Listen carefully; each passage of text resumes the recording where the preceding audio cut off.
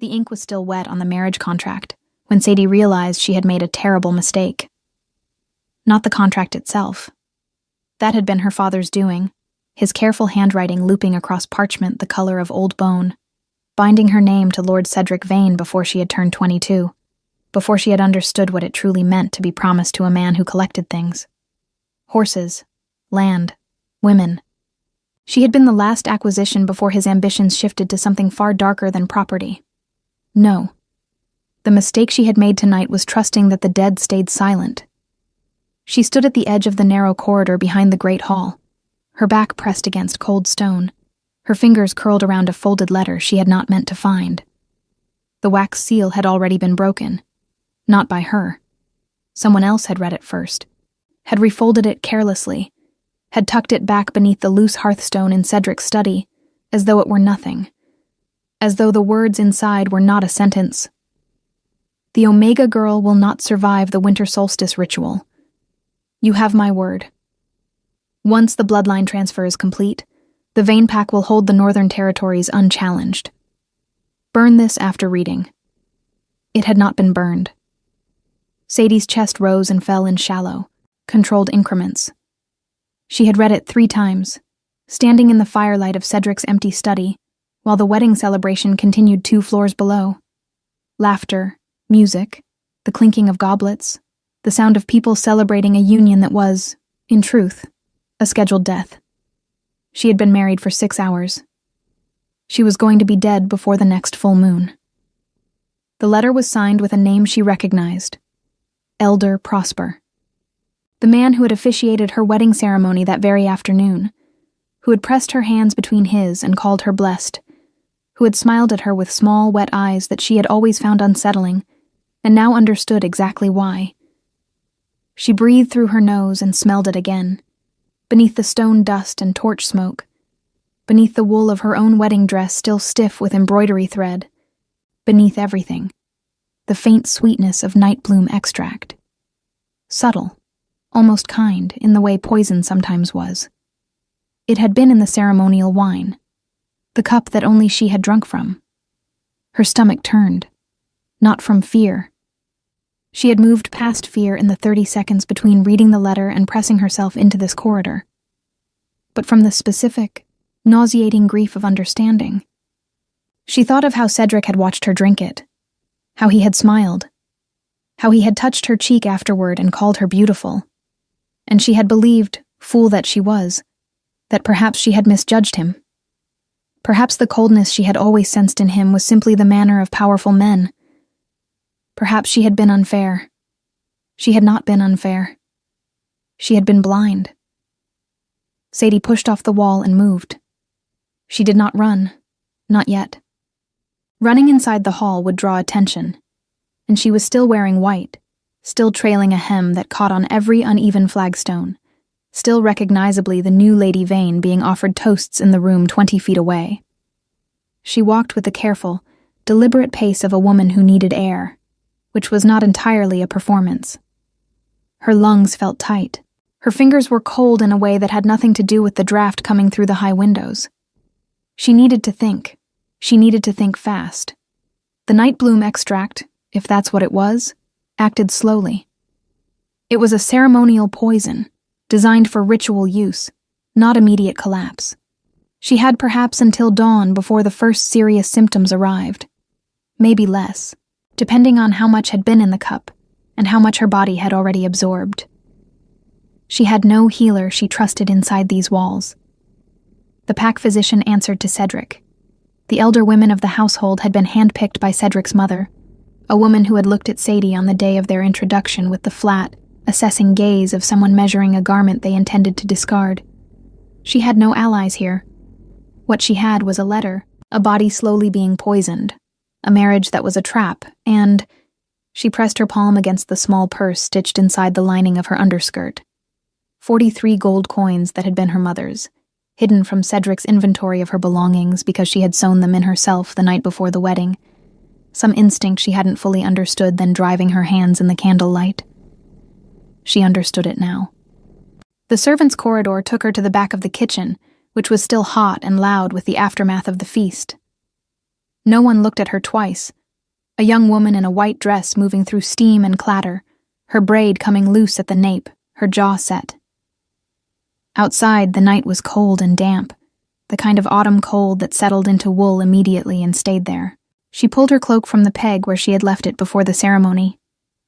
Another instinct, another small preparation she had not let herself examine, and walked into the courtyard. The stable was lit by a single lantern.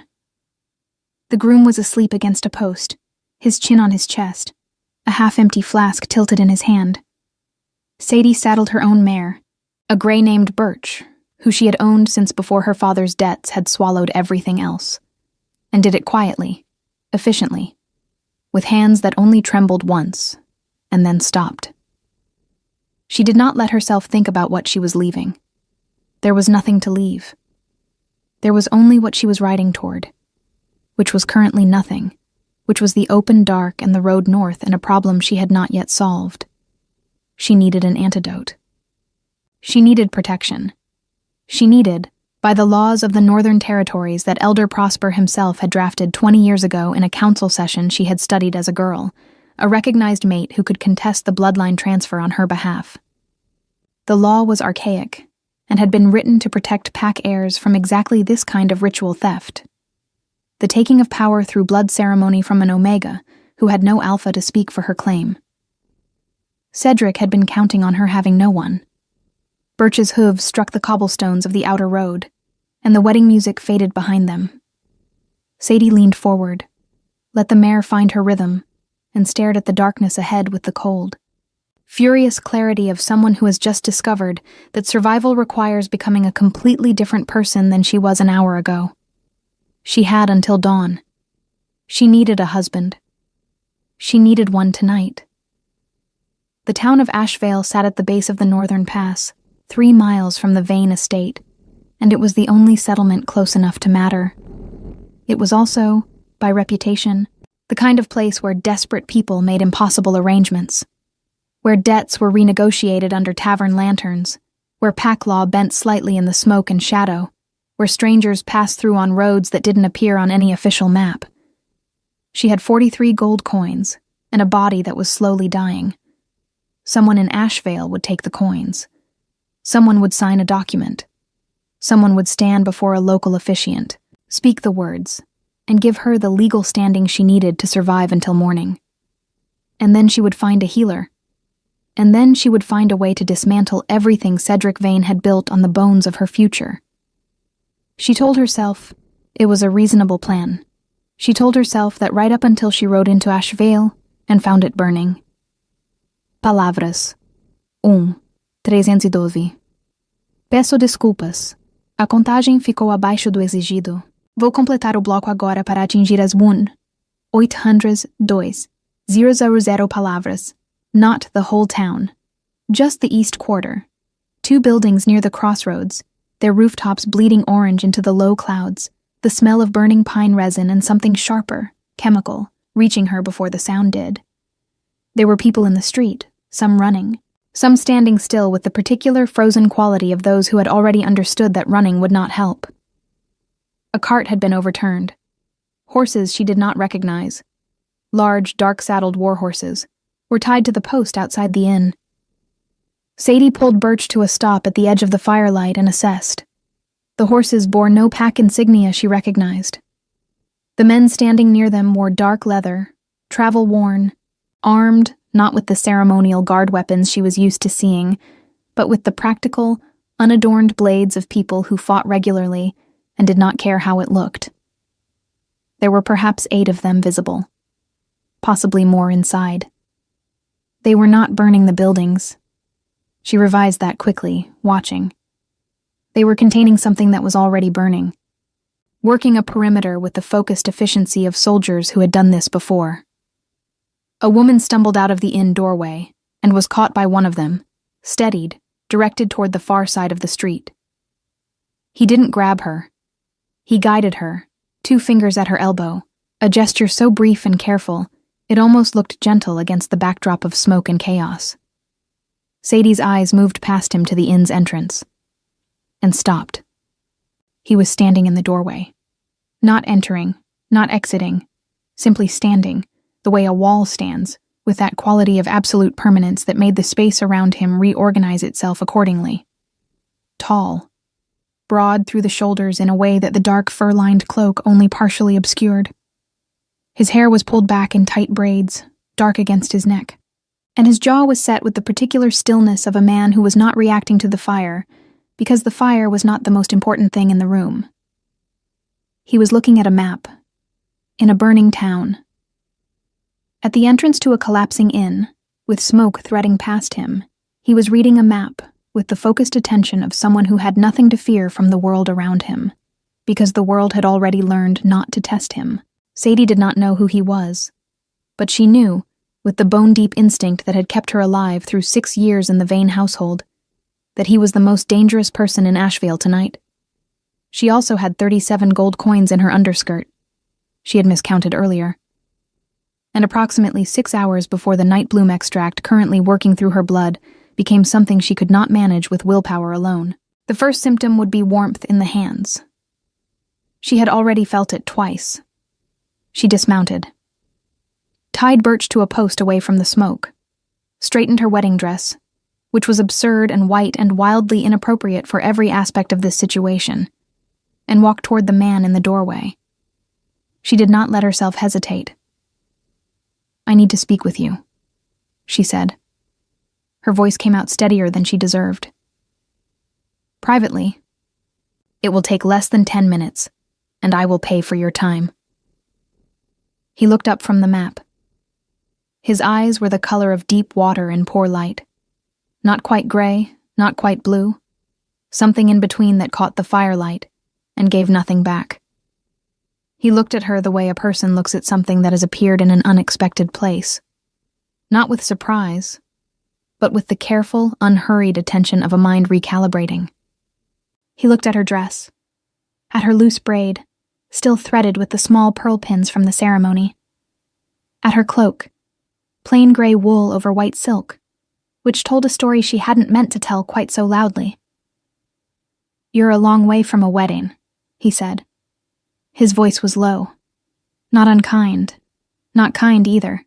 Simply level, like ground that had not decided yet what it intended to do. "Yes," Sadie said. "That's rather the problem."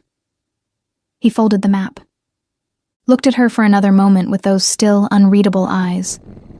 Then he stepped back from the doorway and gestured, once, for her to enter. She walked past him into the smoke-stung air of the inn's front room, and the heat from the fire outside pressed against the back of her neck, and somewhere behind her Birch shifted against her post, and the wedding bells of the Vane estate were 3 miles away and fading, and Sadie thought, "This is either the worst decision I have ever made, or the only one that matters." She thought it was probably both.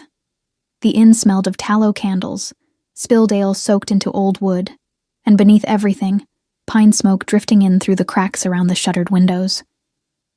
2 of his men stood near the far wall and did not look at her.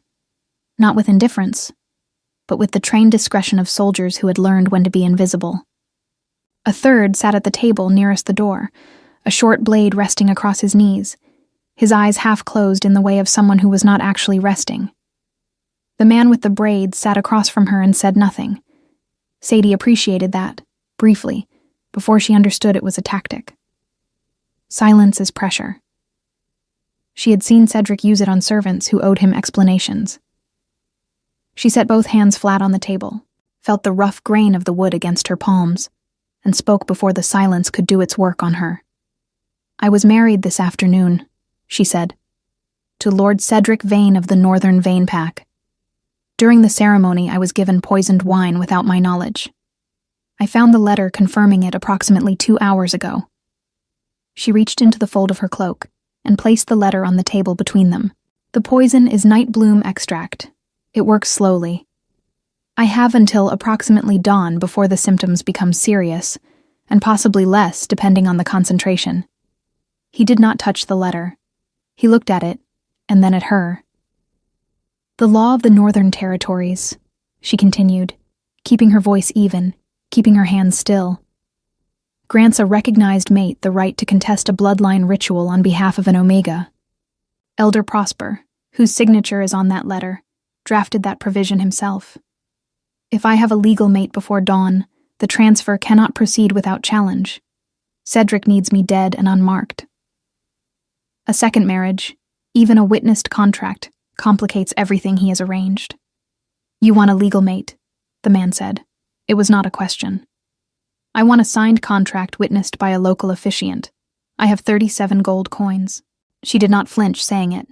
She knew it was not a king's sum. She also knew it was everything she had, and shame was a luxury she could not currently afford.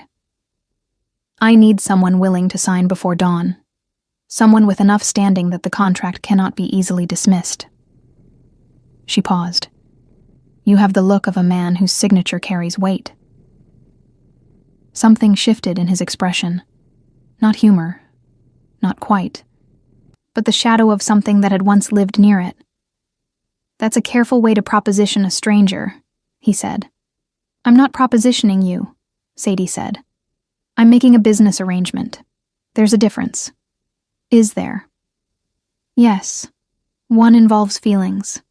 This involves paperwork and a time constraint. She met his eyes and held them. I don't need you to care about me.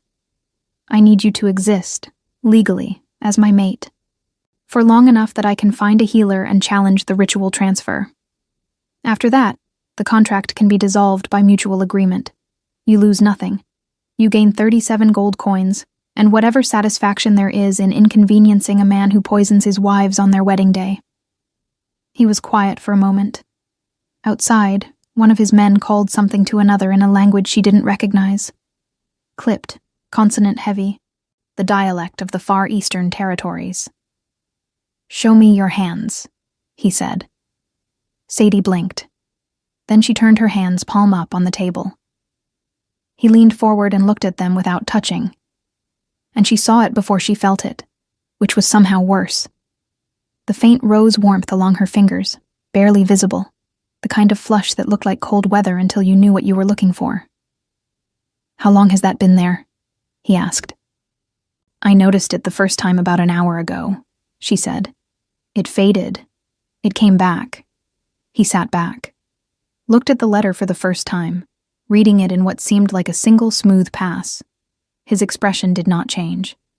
That stillness again, not coldness, not absence, but the quality of someone who processed catastrophe internally and showed the world only the result. He folded the letter and placed it back in front of her. The officiant in Ashvale is named Dora Ashby, he said. She lives above the grain merchant's shop, third building past the well. She has witnessed pack contracts for 30 years, and her records are filed with the Northern Council. He stood. I'll send one of my men ahead to wake her. Sadie stared at him. You're agreeing. I'm solving a problem, he said, which was, she realized, not quite the same thing, and also somehow more unnerving than a simple yes. He moved toward the door, paused with his hand on the frame, and looked back at her. Can you walk, or do you need the horse? I can walk, she said, and stood to prove it, and the room tilted only slightly. He noticed. She could tell by the way he didn't say anything. The walk to Dora Ashby's door took 11 minutes. Sadie counted her steps without meaning to.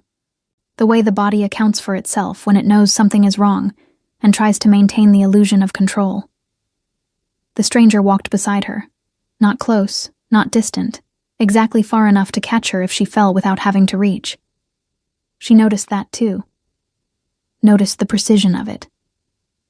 Dora Ashby was a small, sturdy woman of perhaps 60, with gray hair in a practical braid, and the expression of someone who had been woken before dawn often enough that it no longer surprised her. She looked at Sadie's wedding dress, and then at the man beside her, and then back at Sadie with the flattened affect of a person who had seen stranger things, and would likely see stranger things still. Pack contract? Dora asked. Witnessed mate bond declaration, the man said. Standard Northern form. Dated tonight. Dora looked at him for a long moment with an expression Sadie could not read. Then she opened her door wider and said, Come in then, Lord. Kale, he said, and nothing else. Sadie's pen stopped moving above the contract. She did not know every name in every territory. She was the daughter of a minor lord from the Middle Provinces, educated well, but not comprehensively, and the world of high alpha politics had always existed at a distance from her life. But she knew that name the way anyone who had grown up in a shifter world knew it, not from having met him, not from having seen him, but from the particular way people said it, in low voices, with a pause before and after, as though the name itself needed room. Chaol, the Alpha King of the Westmarch Territories, commander of the Iron Pact, the man who had ended the border wars 6 years ago by walking alone into the enemy council and walking out again with a signed treaty and 3 fewer council members than had been present when he arrived. The man whose pack controlled more territory than the next 4 largest packs combined. The man about whom the only thing everyone agreed was that you did not want to be on the wrong side of whatever he had decided. She had just offered him 37 gold coins. Sadie set the pen down very carefully.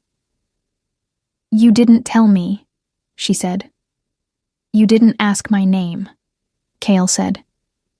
He was looking at the contract form Dora had placed on the table, reading it with the same focused attention he had given the map in the Burning Inn. "You asked if my signature carried weight. I assumed you had a reason to believe it did. I thought you were a traveling commander, a regional alpha at most. Does it change your request?" Sadie looked at the contract, looked at her hands, where the warmth was spreading now past her fingers toward her wrists, slow and inexorable as the tide, looked at the small, patient woman behind the desk, who was watching them both with the expression of someone who had agreed to witness this, and would see it through, regardless of the political absurdity currently unfolding in her sitting room. "No," Sadie said. She picked the pen back up. "It doesn't change anything." She signed her name, Sadie Alara Wren, in the handwriting her governess had drilled into her at age 7, clear and deliberate, every letter finished. Chaol signed beneath it without hesitation. Dora Ashby stamped the document with the Northern Council seal, recorded the date and hour in her ledger, and handed them each a witnessed copy with the brisk, efficient manner of a woman completing a task that was, in the end, simply a task. Outside, the fire in the east quarter had burned itself down to embers. The sky above Ashvale was beginning that dark preliminary shift that came before dawn. Not light yet, just the slow retirement of the deepest black.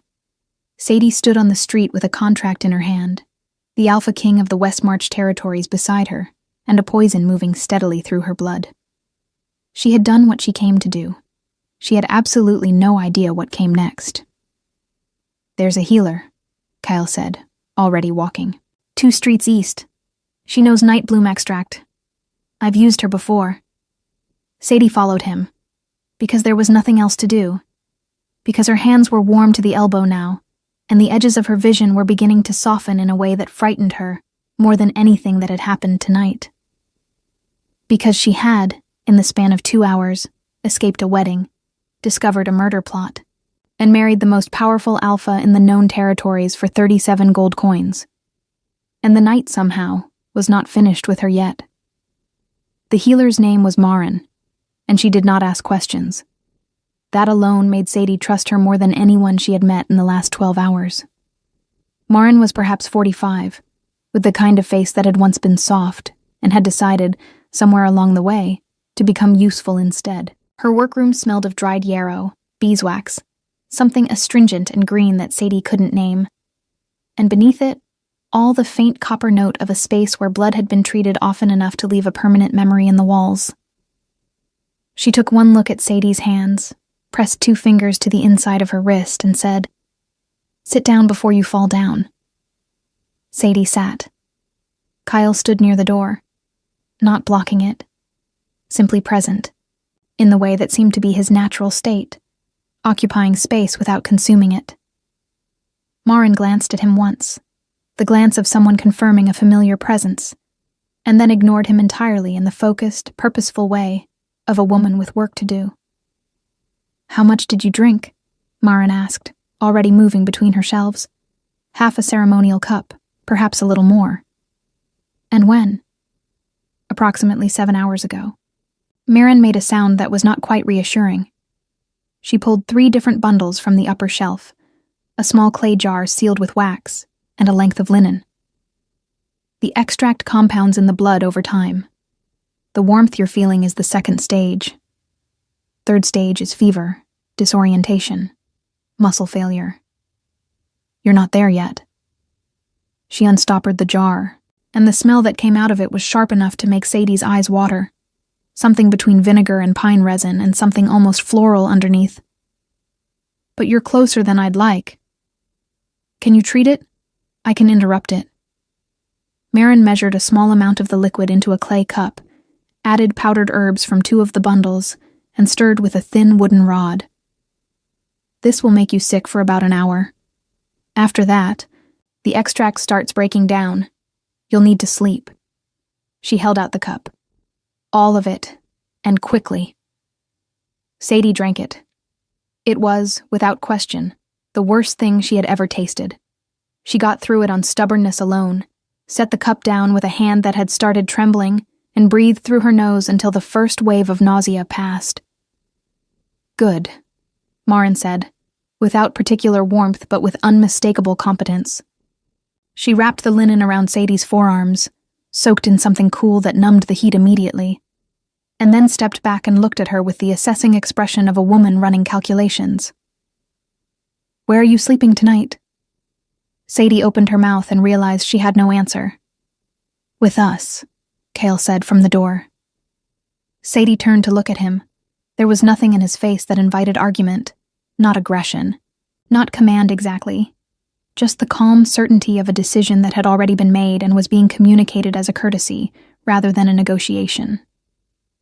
She thought about objecting on principle, because principle was one of the few things she still had intact, and then she thought about the alternative, which was a borrowed room somewhere in Ashevale, while Cedric Vane woke to find his new wife missing, and a pack of trained hunters followed her scent across 3 miles of open road. Fine, she said. They rode for nearly an hour before the camp appeared between the trees. Sadie had expected soldiers. She had expected the functional, spare organization of a military camp. Tents in rows, fires in prescribed positions, the smell of horses and iron, and men who had been traveling too long. What she found instead was something considerably more substantial. The camp was positioned in a natural clearing backed against a stone outcropping, sheltered from the wind and from observation from the main road. There were perhaps 40 men, but they moved with such quiet efficiency that the space felt almost peaceful. Large tents with oiled canvas, a central fire with a cooking spit, horses in a temporary paddock that had been built properly, with posts and rope, not just tied to trees. And at the edge of the clearing, set slightly apart, a tent that was noticeably larger than the others. Its entrance faced away from the main camp toward the dark tree line. Cale dismounted and handed his horse to a waiting groom without looking. The groom took the reins with the practiced ease of someone who had done it 1,000 times. Around the camp, heads turned toward Sadie, brief professional assessments, none of them lingering, and then returned to their tasks. A man approached. Broad, dark-haired, with a scar bisecting his left eyebrow, and the alert, watchful eyes of someone whose job was knowing things before other people knew them. He looked at Sadie's dress, still white, still absurd, now additionally crumpled and smoke-scented, and then at Cale, with a single raised brow that communicated a considerable volume of unspoken question. "Not now, Devon," Cale said. Devon closed his mouth, nodded, looked at Sadie one more time with the evaluating gaze of a man filing information away for later, and stepped aside. The tent Sadie was shown to was not Cale's. It was smaller, positioned near a low fire, and someone had clearly prepared it recently. The bedroll had been laid out with clean wool blankets. A basin of water sat on a folding table beside it, and a small oil lamp threw warm light across the canvas walls. The attention to those details, the blankets, the water, the lamp, struck her somewhere unguarded, because it meant someone had anticipated her need before she had expressed it, and she was not accustomed to that. She was accustomed to managing her own needs silently and hoping no one noticed. She sat on the edge of the bedroll and felt Marin's medicine begin doing what it had promised.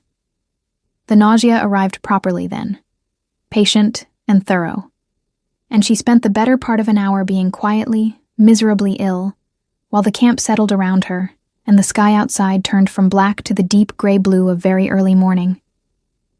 When it passed, she felt hollowed out, empty in a way that was not entirely unpleasant. The heat in her arms had receded to almost nothing. The soft blur at the edges of her vision was gone, and what remained was the clean, exhausted clarity of a body that had been through something and survived it. She lay back against the blankets and stared at the canvas ceiling. Her name was Sadie Wren. She was 23 years old. 6 hours ago, she had been a new bride at a celebration in her honor. Now she was lying in a military camp, somewhere in the northern woods, legally married to the Alpha King of the West March territories, her first husband presumably awake by now and furious, the poison he had put in her blood losing its hold by degrees, and somewhere in a document box in Dora Ashby's sitting room above the grain merchant's shop. A contract with both their signatures sat filed under tonight's date. She should be terrified. She was, she discovered, mostly furious. The terror would probably come later, when her body had rested enough to afford it. For now, there was only the anger, and it was remarkably clarifying. She thought of Cedric's hand on her cheek, and the warmth in his eyes and the way he had said beautiful, and the fury burned clean and even, like a well-fed fire, the kind that did not consume itself. She thought of Elder Prosper's wet smile at the altar and the words bloodline transfer in his careful handwriting, and the fire burned hotter. She was going to need to be smart. She was going to need allies, information, legal standing, and a plan. She had the legal standing now.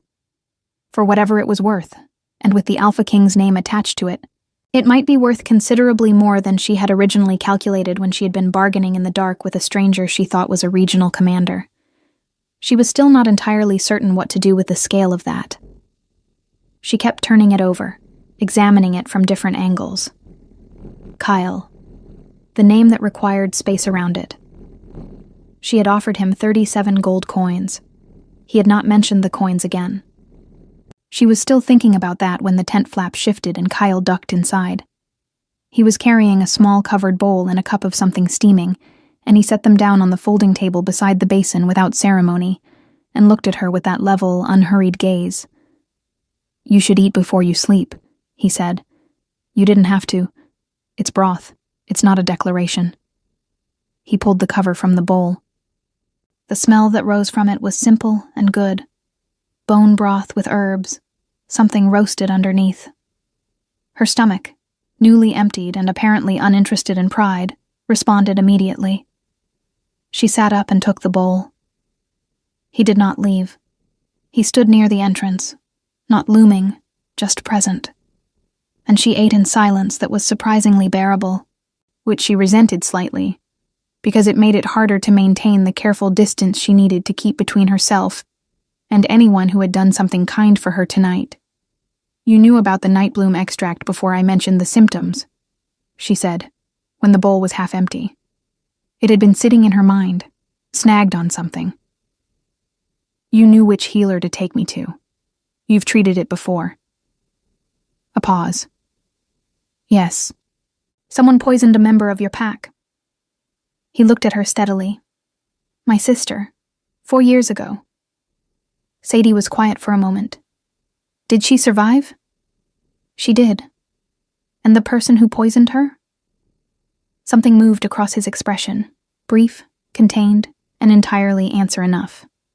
She nodded slowly. "I want the same outcome," she said. "I want you to understand that.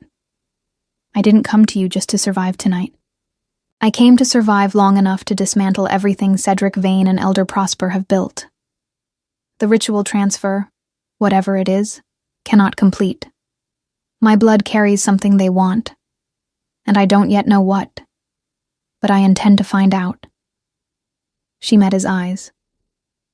"I'm not asking for your help beyond what you've already given. The contract was the arrangement. But I want you to know I'm not running from this."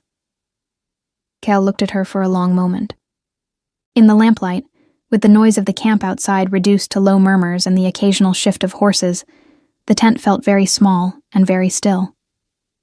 The bloodline transfer Elder Prosper described, he said, is not a standard northern ritual. I've heard it referenced once before, in a council report from the Eastern Territories 12 years ago. It was used to strip an heir of their lineage mark and bind it to another bloodline. He paused. It requires the carrier's death. I know, Sadie said. It also requires the carrier to be a specific kind of Omega, one with a dormant lineage mark. His gaze dropped briefly to the inside of her left wrist, and Sadie went still, because she had worn long sleeves her entire adult life, and she had thought no one outside her family knew about the mark.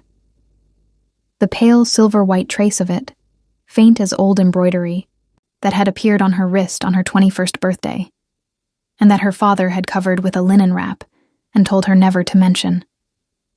How do you know about that? She asked quietly. Because, Cale said, your pack, your real pack, before your father's debts transferred your contract to Vane, was under Iron Pact protection. Your lineage mark is registered in the Pact archive. He watched her absorb that. Cedric Vane did not buy a wife, Sadie. He acquired a key, and he was willing to destroy the lock to use it. The fire outside the tent snapped once in the wind. Sadie set the bowl down with careful, deliberate hands. The anger she had been carrying all night shifted, not away, but deeper, past the personal outrage of betrayal and into something larger and colder and far more focused. Then I need to know what the key opens, she said. She slept for 6 hours and woke up angry, which felt like progress. The anger was different from the night before, less raw, more structured, the kind that had found its shape while she was unconscious, and was now waiting for her with its sleeves already rolled. Sadie lay still for a moment in the gray morning light filtering through the tent canvas, and took a deliberate inventory. Hands warm but not burning, vision clear, limbs responding correctly. The hollowed-out exhaustion of the night, replaced by something that was not quite strength yet, but was at least its preliminary. Marin's treatment had held. She was alive. Cedric had tried to kill her on her wedding day, and she was alive, and that fact alone was enough to get her upright. Outside, the camp was already active.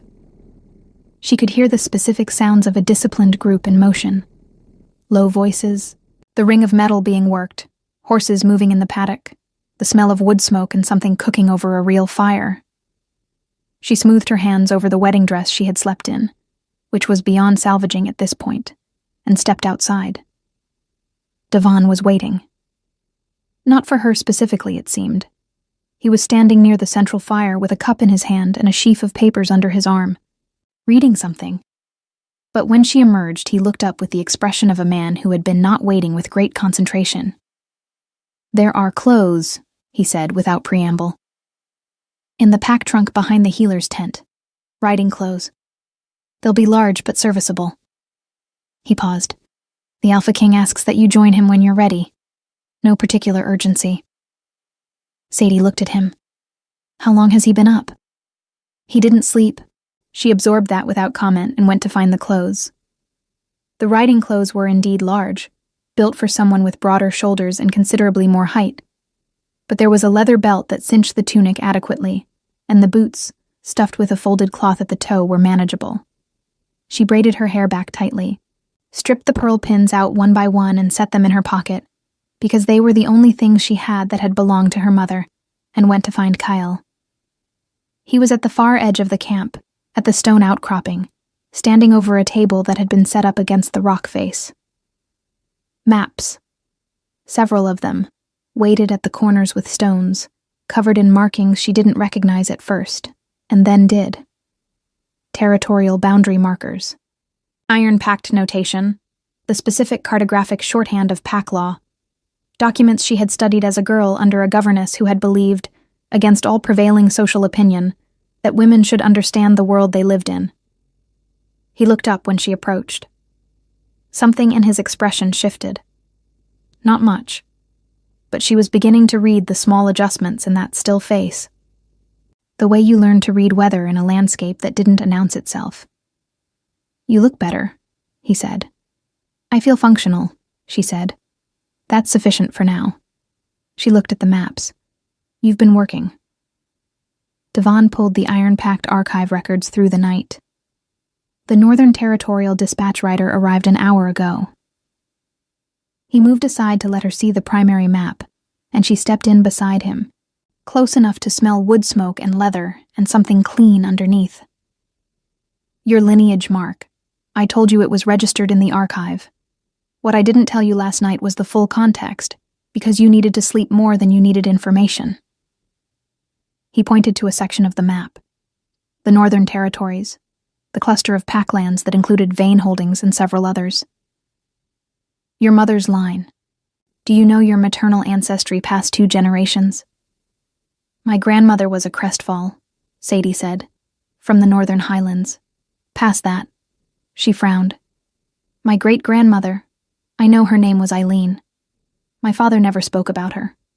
I always assumed she had come from common stock, because he was sensitive about the maternal line in a way that suggested embarrassment. She wasn't common stock, Cale said. She was Eileen Dawnmere, the last keeper of the Dawnmere bloodline, which held the territorial seal of the Northern Highlands for 300 years before the pack was dissolved in the Upland Wars. He watched her face. The Dawnmere seal controls binding rights over 7 pack territories in the north. Whoever holds the bloodline can claim arbitration authority over every territorial dispute in the region, including the border conflict that Elder Prosper and Cedric Vane have been quietly engineering for the past 4 years. Sadie was very still. They've been creating the conflict, she said slowly, so they could control the resolution. With your blood bound to Vane's line through the transfer ritual, Cedric would hold the Dawnmere seal. He could resolve the border disputes in whatever configuration he chose. 6 pack territories would effectively become subject to Vane authority. Cale's voice was level, factual, giving her the information without dressing it in performance. She appreciated that more than she could have articulated. Elder Prosper gets 3 of those territories in the political reorganization. He drafted the ritual law himself, specifically to make it legal. The scale of it settled over her slowly. Not her death as a personal cruelty, her death as a transaction. She had not been a bride. She had been a document, and Cedric had been about to sign her out of existence. My brother, she said suddenly. Kyle looked at her. I have a brother, Finn. He's 26. He's been living at the Crestfall Holding in the Highlands for the past 2 years. My father sent him there before he died, supposedly for his education. She heard her own voice find the edge of something, and pulled it back. If the Dawnmere bloodline is what they're after, Finn carries it too. He's the elder child. Yes, Cale said quietly. You already know about him. The dispatch rider brought news from the Highlands. He paused, and in that pause she felt the shape of what was coming before the words arrived. Finn was taken from the Crestfall Holding 3 days ago. The elder there reported it as a voluntary departure. The Crestfall pack doesn't have the standing to contradict a claim made under Elder Prosper's authority. Sadie put her hand flat on the map and breathed. Finn. Finn, who had her father's eyes and their mother's stubbornness, who had taught her to ride, and argued with her about history books, and written her letters every month from the Highlands in his cramped, impatient handwriting. Finn, who had no idea what their bloodline meant, or what had been quietly arranged around them both while they lived their small, ordinary lives in the remnants of their father's diminished estate. They have him, she said. Yes. Where? Cale pointed to the map, a location in the Northern Highlands, east of the Vane territories, marked with a notation she didn't recognize. There's a holding there that Prosper controls indirectly, through a proxy pack. It's not on any public record. The Iron Pact has been monitoring it for 8 months as a potential site for unsanctioned ritual activity. He looked at her. We were already moving toward it before last night. Your situation, and your contract, changes the political complexity of what we can do there. Sadie looked up from the map. What does the contract change? As your recognized mate, I have standing to act on your behalf under Northern Pack law. That gives the Iron Pact legal justification to enter the territory and remove persons held without sanctioned authority. Something in his eyes, precise, careful. Without that standing, any action we take is an incursion. With it, it's a lawful retrieval. She stared at him. You were going to that location anyway, she said. Yes. You knew about Elder Prosper, about the ritual. We've been building a case against him for 8 months. He held her gaze without apology. I did not know about you specifically until you walked into a burning inn with 37 gold coins and a letter that closed the last gap in our evidence. Sadie was quiet for a long moment, sorting through this. The fire behind them snapped in the wind. Devon moved past at a distance, close enough to be available if needed, far enough to be invisible. She thought about the contract. She thought about coincidence and whether she believed in it. You agreed very quickly, she said. Last night, I made the proposal and you agreed within minutes. Yes, because you already knew the name Vane. You already knew Elder Prosper. And an Omega showing up in the middle of your operation with a witnessed letter and a legal need that conveniently provided your pack with territorial standing. She stopped. Tell me you weren't calculating it before you agreed. I was calculating it before you finished speaking, Cale said, without the slightest evasion. Sadie felt a hot surge of something move through her chest. Not quite betrayal. Betrayal required trust, and she had not trusted him. But something adjacent to it. Something that had briefly been reaching toward relief, and had now been redirected. So I'm useful to you, she said, the way I was useful to Cedric. Different goal, different method. Still a transaction. Something changed in his face. Not defense, not deflection. Something quieter and more costly. That is not the same thing, he said. Isn't it? Cedric was going to kill you. His voice was still level, but underneath the level she heard something that had weight. I drove through the night to stop a ritual that was going to destroy a bloodline, free a man being held without cause, and hold accountable a council elder who has been engineering pack wars for profit. And yes, you walked into the middle of it, and your legal need aligned with my operational need. And I recognized that, and acted on it. He looked at her directly. But you are standing here, breathing, with the extract broken down in your blood and your brother's location in your hands, and the full weight of the Iron Pact behind your claim. Tell me again how that is the same as what Cedric Vane did to you. The silence between them was different from the silences before. It had texture. Sadie looked at the map, at the marked location in the Highlands, at Finn's name, which she had written herself in the margin beside Cale's finger when he pointed, in the automatic way of someone who needed to make something real by writing it down. I'm riding with you, she said. I know, Cale said. I'm not asking permission. I know that too. He turned back to the maps. We leave within the hour. There's food at the main fire, and Devon has secured a better horse than the Grey. Sadie looked at him for one more moment. This man who had agreed to a desperate bargain in a burning inn, who had carried broth to her tent in the dark, who had spent the night building her a weapon out of maps and archived documents, and who had, she was slowly understanding, been several steps ahead of her at every point, and had not once made her feel the distance between those steps. She was not going to trust him. She was not going to soften. She was going to ride north with the Alpha King of the Westmarch territories and retrieve her brother and dismantle Elder Prosper's carefully constructed empire of blood and bureaucracy.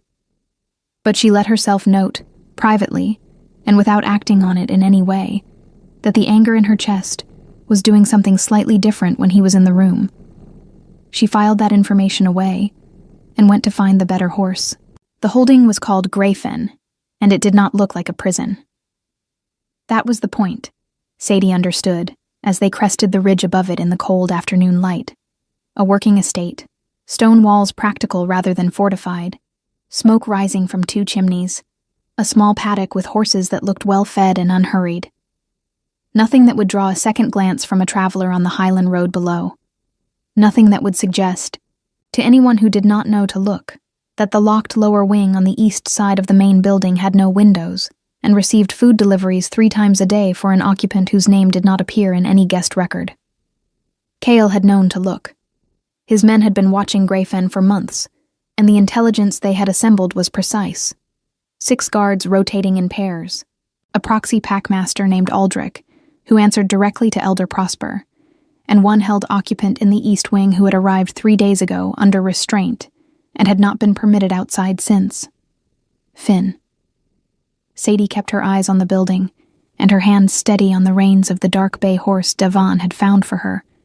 A proper animal, responsive and sure-footed on the highland terrain, nothing like the gentle gray she had ridden out of the Vane estate the night before. It felt deliberate. Everything around Kyle felt deliberate. She had come to understand over 2 days of riding north. Nothing was careless. Nothing was accidental. Even kindnesses were precise. The proxy packmaster, she said quietly to Cale beside her. Aldrich. Is he a true believer or a paid arrangement? Cale glanced at her. Paid. Why? Because true believers fight. Paid men calculate. She looked at the estate. If he knows the Iron Pact is here, and the legal standing behind this retrieval is solid, he may choose not to escalate. He may. Show him the contract first, before anything else. Cale was quiet for a moment. You've been thinking about this since we left camp. I've been thinking about this since I was 12 years old, and watched my father lose a land dispute because he arrived with anger instead of paperwork. She met his eyes briefly. Anger is useful. Paperwork wins. Something moved in his expression, that shadow of something that lived near warmth without being soft. He turned to Davon and said quietly, Contract first. Full Iron Pact Authority Declaration. Give Aldrich the opportunity to stand aside. Davon nodded, as if this had already been his expectation. They rode down. Aldrich stood at the gate and read the contract twice. He was a lean man of middle age, with the watchful eyes of someone who had spent years making calculations about which side of a conflict represented survival. Sadie watched him read it. Watched him absorb Cale's name on the document, and the Iron Pact seal, and the Northern Council stamp from Dora Ashby's office. Watched him understand the architecture of what had been built around him without his knowledge. He stepped aside without a word. His 6 guards followed his lead with the collective instinct of men who were paid to protect property, not principles, and who recognized when the property was no longer worth the cost. The east wing door had a heavy iron lock that one of Cale's men dealt with in under a minute. The corridor beyond was cold and dim, lit by a single torch in a wall bracket, smelling of damp stone and the particular stillness of a space that had been sealed. 3 doors. The second one responded to Sadie's voice before the guard even reached it. A sound from inside, sharp and immediate, the sound of someone who had been waiting in the dark and recognized what they heard. Sadie, muffled through wood and iron. Sadie, is that... It's me, she said, and her voice broke on the second word, and she let it, just that once. Stand back from the door. The lock gave. The door opened. Finn was thinner than she remembered, pale from 3 days without sunlight, his dark hair unkempt, and his wrists marked with the chafe of rope recently removed. He was 26 years old, and he looked, for one unguarded moment, very young. Then his eyes found hers, and the expression on his face moved through relief and disbelief, and something else. Something that landed finally on the specific complicated emotion of an older sibling who has been rescued by a younger one, and doesn't entirely know how to hold that. Sadie stepped forward and put her arms around him, and he held on with the force of someone who had spent 3 days not knowing. She did not cry. She had promised herself she wouldn't, and she kept the promise, though it cost her something. She would cry later, privately, when the accounting was done and she could afford it. For now she held her brother, and breathed, and felt the last frayed edge of the night she had fled the Vane estate finally knot itself into something she could carry. When she stepped back, Finn's eyes had moved past her to Cale, standing in the corridor doorway. Something shifted in Finn's expression. Recognition, or the particular wariness of someone encountering a force they had only heard about from a careful distance. "Finn Wren," Cale said. Not a question. "Yes," Finn said, and then, because he was Finn, and had never in his life been able to suppress the thing he was thinking, "You're the Alpha King." "Yes." Finn looked at Sadie. "How?" "I'll explain on the way," she said. "Can you ride?" "Yes." "Then we're leaving." They did not return to the camp.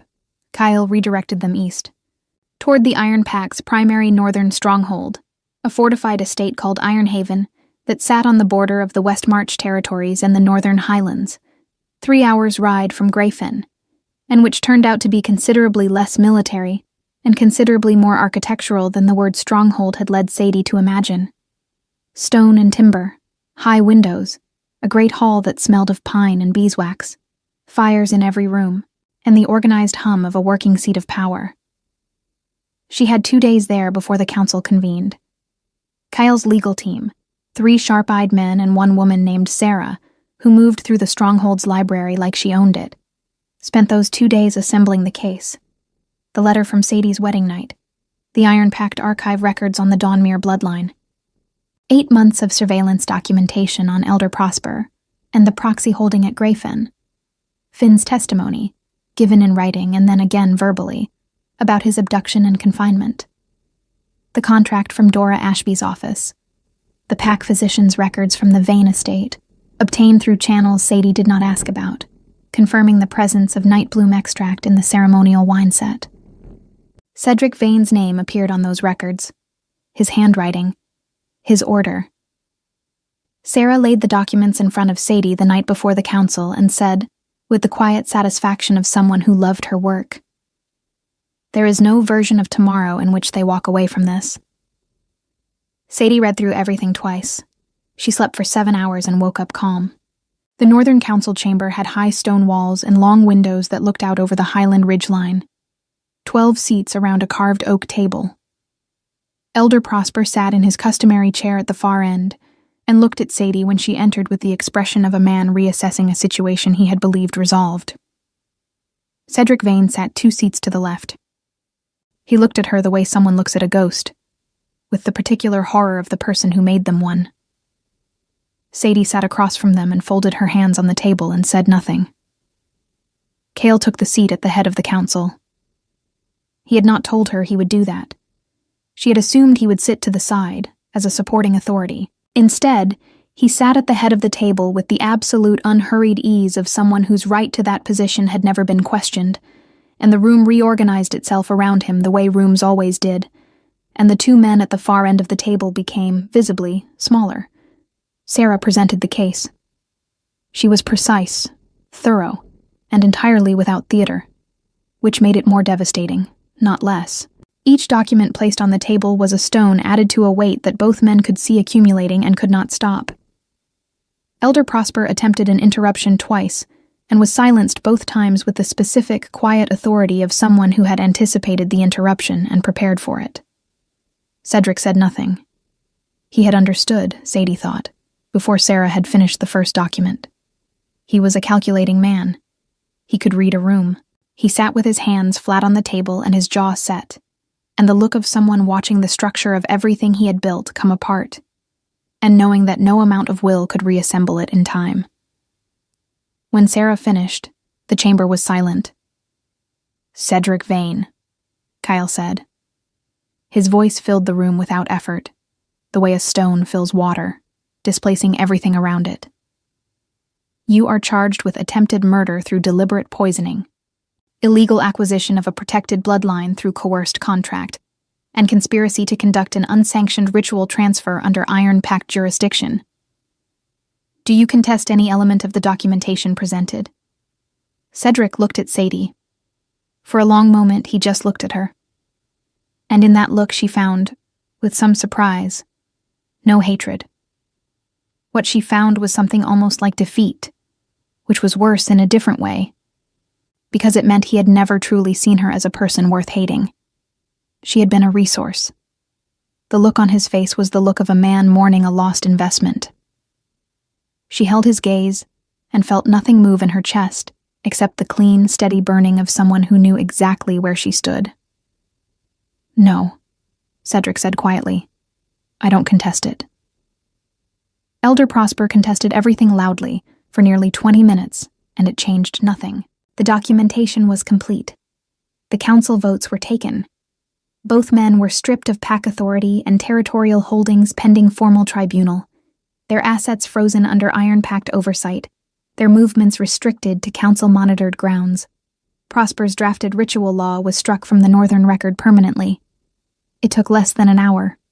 Sadie had waited her whole life for justice, and it arrived quietly, in a room that smelled of old wood and lamp oil, in the form of 12 votes and a sealed document, and 2 men who left the chamber flanked by Iron Pact guards and did not look back.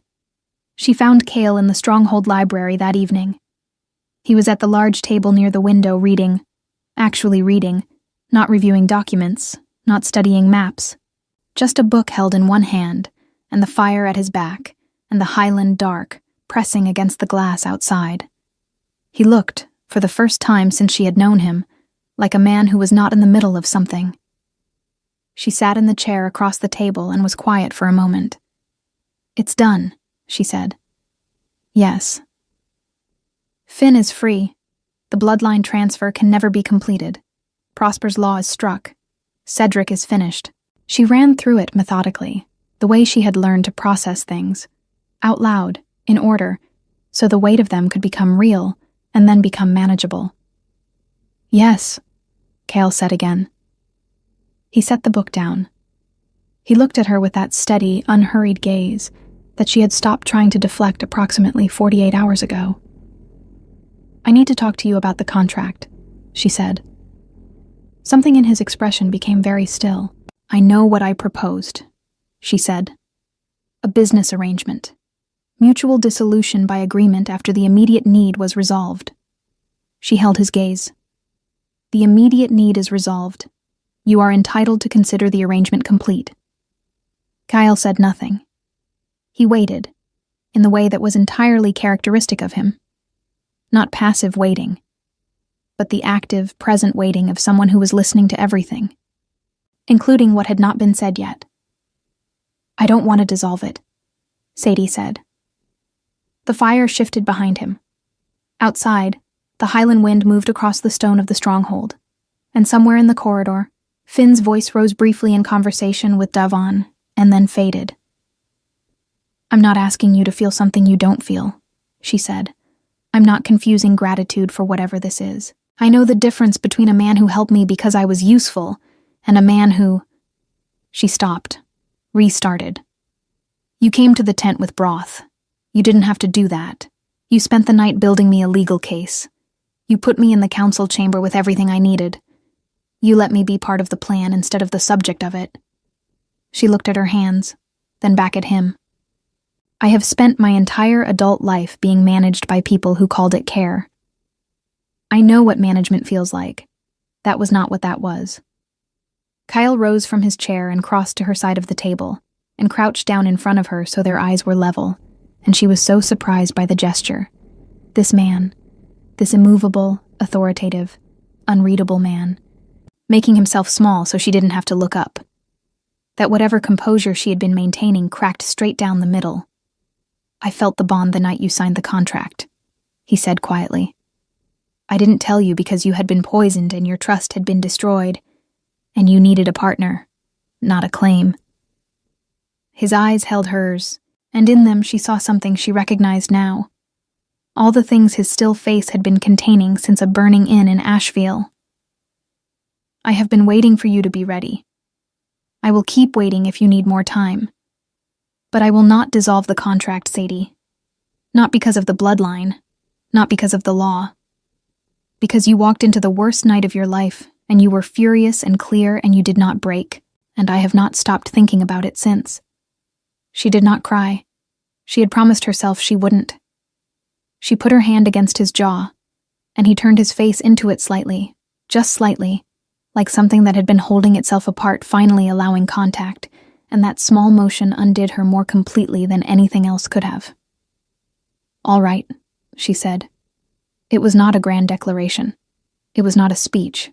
It was just the word, spoken quietly in a library that smelled of old paper and wood smoke, and it was entirely sufficient.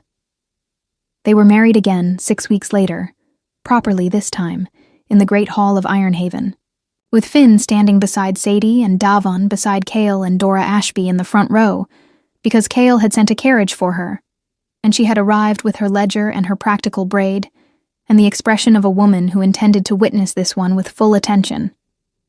The ceremony was simple.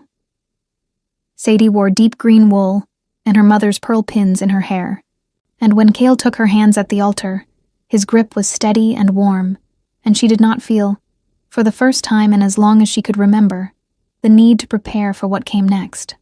The bond completed itself quietly, like something that had already known and had only been waiting for the room to catch up.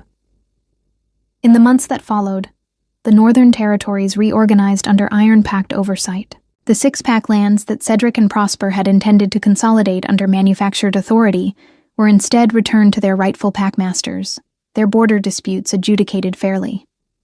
Sadie sat on that arbitration council as the holder of the Dawnmere bloodline, and she was precise and thorough and entirely without theater, and the council listened. Finn returned to the Highlands and took up stewardship of the Crestfall holding properly, with Iron Pact recognition and a letter of formal status that he read 3 times, and then folded into his coat with the expression of a man who had not entirely expected his life to resolve this well. Cedric Vane stood before the full tribunal and was stripped of all remaining holdings and exiled beyond the Eastern Territories. He did not look at Sadie during the sentencing. She looked at him. She wanted him to know she was there, not from cruelty, but because she had decided that invisible women were a thing she was finished with, and she intended him to carry the image of her face for the remainder of his years. Elder Prosper, confronted with the full weight of 8 months of documented evidence and a tribunal with no patience for procedural delay, confessed to 7 counts of conspiracy and 2 counts of ritual law manipulation. He was held in Iron Pact custody indefinitely. He did not seem, in the end, like a monster. He seemed like a small man who had wanted a great deal and had not cared what he broke to get it. Sadie found that almost more disturbing than if he had been monstrous.